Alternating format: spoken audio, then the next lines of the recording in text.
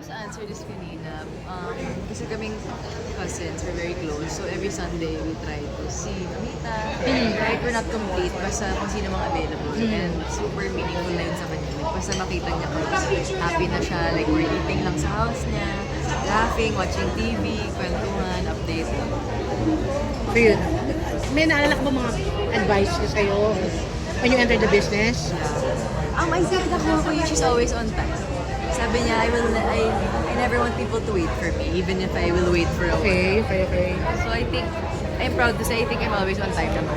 Professionalism. Yeah. Yung sabi niya sa'yo. Pero how proud she is nang pumasok ka sa business? I think kami cousins naman, kahit anong gawin namin. Graduation sa school, presentation, so hanggang sa nag-showbiz, basta full support siya, like anything we want to do. Ganun siya. Gano'ng kalaking kawalan sa palagay mo ang pagkawala ng lola mo industry? She's one of the legends na, and parang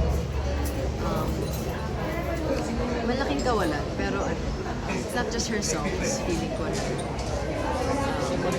we miss natin. I mean, we still have her songs, but then what we miss natin is yung heart niya and yung generosity niya sa bawat taong namimit niya. Parang, diba, ngayon pala I'm reading Instagram, dami nagpo-post na when I was new in the business, Yes. like, it's giant.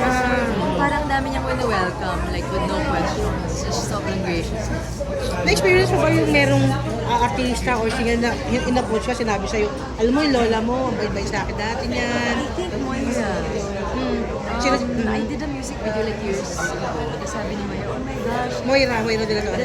Anak ka pala ni Miss Jackie. Parang, I think that time nag-open pa lang si Moira. Like, she'd be opening up.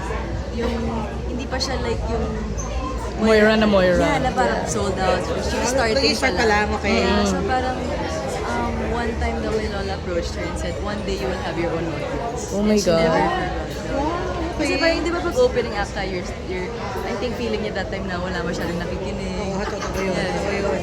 So never niya nakalimutan. And di ba, look at her now. Kung nasan siya ngayon, ano. Ano ba kami nakakamiss na, what are your next projects after, probinsya na ba yun? After Papa Quiapo? Well, it's Just actually Fatherland. out on, yeah, Yeah. Saturday, Fatherland. Pinopromote namin ngayon. Directed by Direct Joel Amangan. Starring Nico Pascual, Tito Allen. We finished filming it last year. Pero Pero it's out. sa serye ba meron? Kakasunod na gagawin? Wala pa naman. Ha? Wala pa naman. Wala pa naman. Pero you're excited naman makagawa ko din naman. Yeah. You're just only waiting.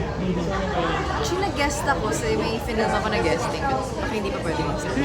Yeah. Isang serye Yeah. na ABS. You enjoy acting? Yeah, siyempre. Actually naman during school pa lang. I-enjoy ko.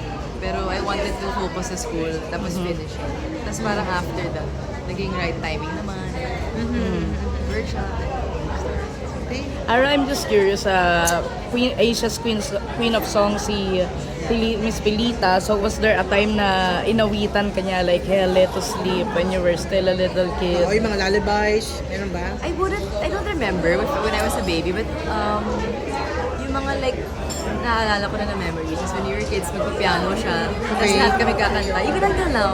Yeah, when she was getting older, she never forgot pa rin how to Ano play yung mga the- songs siya na naalala mo? Yung mga kalimutan. Sing. Okay. She'd always play it, tapos kami parang, ako kasi nahihiya kasi hindi ako singer. So parang sumasabay na lang ako sa mga music. Basta happy siya na lahat kami, like trying to sing. Okay.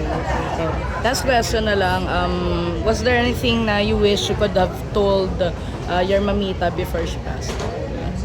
Meron ka bang hindi nasabi sa kanya? Kasi ito,